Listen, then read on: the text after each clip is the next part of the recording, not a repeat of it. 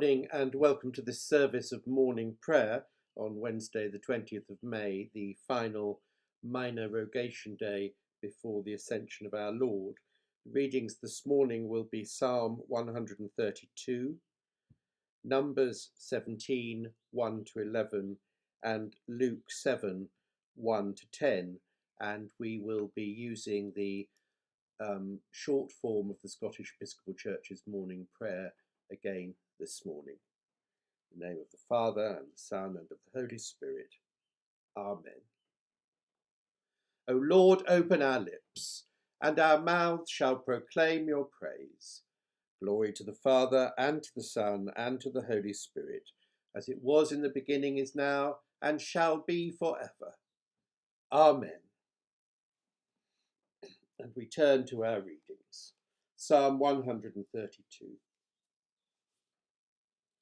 O Lord, remember in David's favour all the hardships he endured, how he swore to the Lord and vowed to the Mighty One of Jacob, I will not enter my house or get into my bed, I will not give sleep to my eyes or slumber to my eyelids, until I find a place for the Lord, a dwelling place for the Mighty One of Jacob. We heard it in Ephrathah, we found it in the fields of Jahar. Let us go to his dwelling place, let us worship at his footstool. Rise up, O Lord, and go to your resting place, you and the ark of your might. Let your priests be clothed with righteousness, and let your faithful shout for joy. For your servant David's sake, do not turn away the face of your anointed one. The Lord swore to David a sure oath, from which he will not turn back. One of the sons of your body I will send out on your throne. If your sons keep my covenant and my decrees that I shall teach them, their sons also for evermore shall sit on your throne. For the Lord has chosen Zion, he has desired it for his habitation. This is my resting place forever. Here I will reside, for I have desired it. I will abundantly bless its provisions. I will satisfy its poor with bread. Its priests I will clothe with salvation, and its faithful will shout for joy. There I will cause a horn to sprout up for David. I have prepared a lamp for my anointed one. His enemies I will clothe with disgrace, but on him his crown shall gleam. Glory to the Father, and to the Son, and to the Holy Spirit, as it was in the beginning, is now, and shall be forever. Amen. We turn now to our reading from the book of Numbers, taken today from the beginning of chapter 17.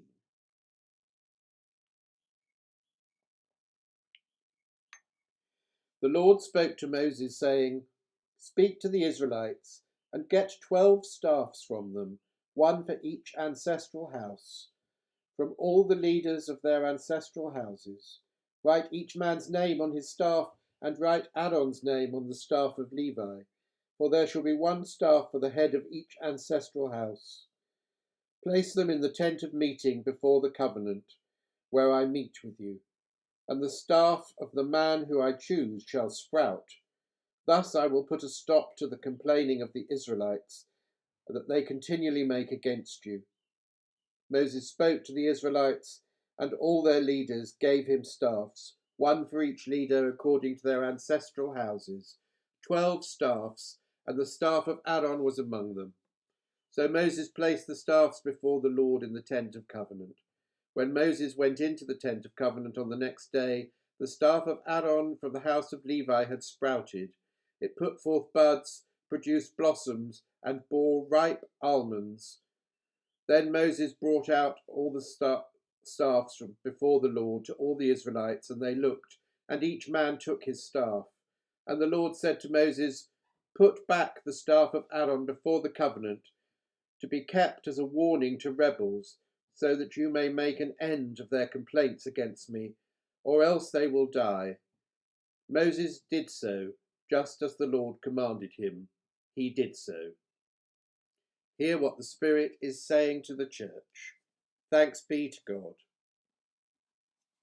And so to our New Testament reading from the Gospel according to St. Luke, beginning at the first chapter, the first verse, I apologise, of chapter 7.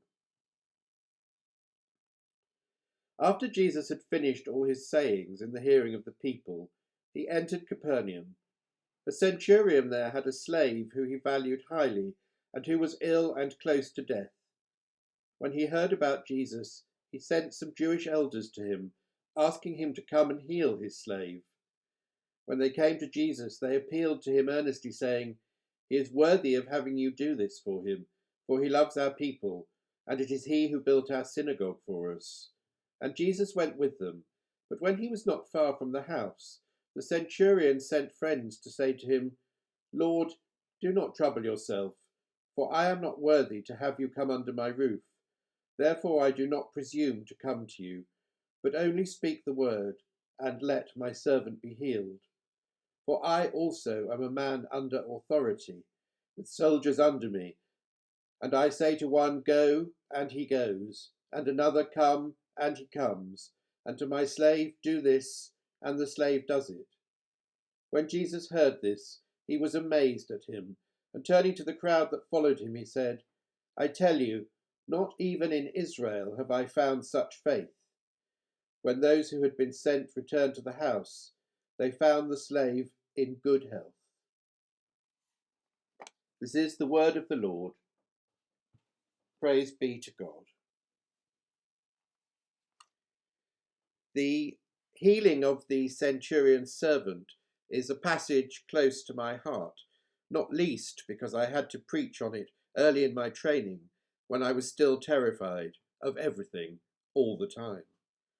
The centurion's incredible faith is so striking and powerful, and yet the passage opens with words which we might find difficult in our modern context. The opening verses sound as though the centurion is anxious to save a valuable commodity, something of financial value, and yet we discover this couldn't be further from the truth. This centurion, this Roman, is a man of deep faith and has built the synagogue for the Jewish under his authority. He is humble too, suddenly realizing that he doesn't warrant a visit from the holy man Jesus, but more astonishingly realizing that whilst he doesn't require the honour of a visit, that it is not necessary for his servant to be healed. This man is holy. This man is truly one of the most extraordinary figures to come into Jesus' life during his short ministry, and I commend you to spend some time rereading and contemplating this passage. Amen.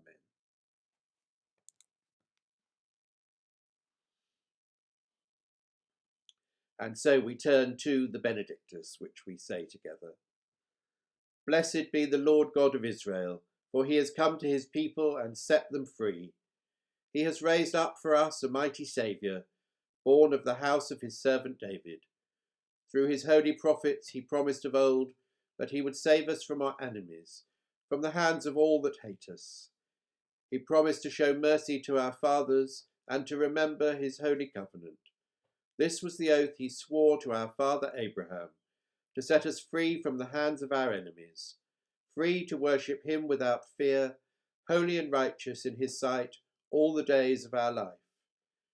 You, my child, shall be called the prophet of the Most High, for you will go before the Lord to prepare his way, to give his people knowledge of salvation by the forgiveness of their sins. In the tender compassion of our God, the dawn from on high shall break upon us, to shine on those who dwell in darkness and the shadow of death, and to guide our feet into the way of peace. Glory to the Father, and to the Son, and to the Holy Spirit, as it was in the beginning, is now, and shall be forever. Amen. Lord, have mercy upon us. Lord, have mercy upon us. Christ, have mercy upon us. Christ, have mercy upon us. Lord, have mercy upon us. Lord, have mercy upon us. And so we come to our time of prayer.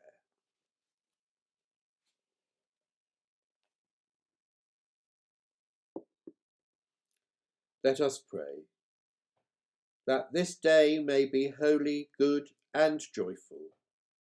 We pray to you, O Lord, that we may offer to you our worship and our work. We pray to you, O Lord, that we may strive for the well-being of all creation. We pray to you, O Lord, that in the pleasures and pains of life we may know the love of Christ and be thankful. We pray to you, O Lord, that we may be bound together by your Holy Spirit in communion with the Blessed Virgin Mary and all your saints, entrusting one another and all our life to Christ. We pray to you, O Lord. Let us commend ourselves and all for whom we pray to the mercy and protection of God.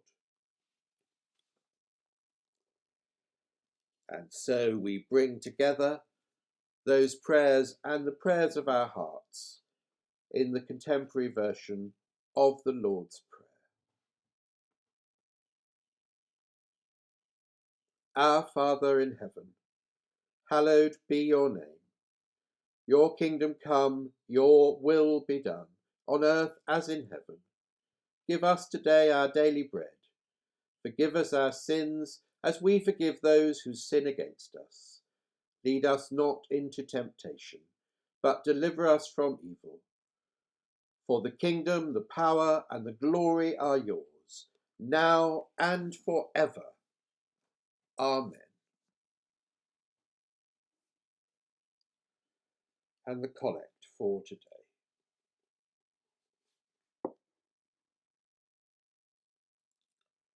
God, our Redeemer, you have delivered us from the power of darkness and brought us into the kingdom of your Son. Grant that as by his death he has recalled us to life, so by his continual presence in us he may raise us to eternal joy. Through Jesus Christ, your Son, our Lord, who is alive and reigns with you and the Holy Spirit, one God, now and forever. Amen. And the concluding prayer. God most holy, we give you thanks for bringing us out of the shadow of the night into the light of the morning, and we ask you for the joy of spending this day in your service, so that when evening comes, we may once more give you thanks.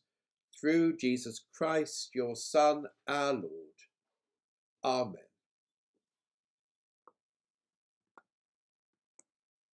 God bless and stay safe.